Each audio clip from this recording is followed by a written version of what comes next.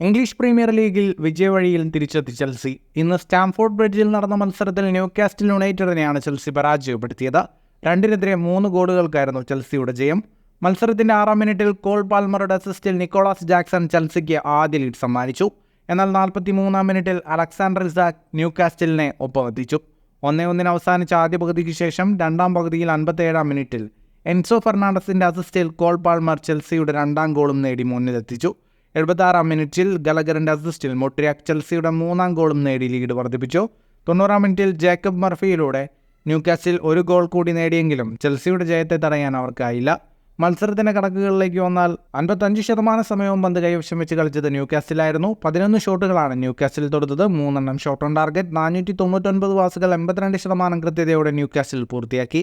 12 ഷോട്ടുകളാണ് Chelsea തൊടുത്തത്. 8 shot on target. 426 പാസുകൾ 78% കൃത്യതയോടെ Chelsea പൂർത്തിയാക്കി. ജയത്തോടെ ചെൽസി 27 മത്സരങ്ങളിൽ നിന്ന് 39 പോയിന്റുമായി 11-ാം സ്ഥാനത്താണ്. ന്യൂകാസ്റ്റിൽ 28 മത്സരങ്ങളിൽ നിന്ന് 40 പോയിന്റുമായി 10-ാം സ്ഥാനത്താണ്. ഫുട്ബോൾ ലോകത്തെ കൂടുതൽ വാർത്തകൾക്കും വിശേഷങ്ങൾക്കുമായി സ്പോർട്സ് കഫേ പോൾ തന്നെ സബ്സ്ക്രൈബ് ചെയ്യുക.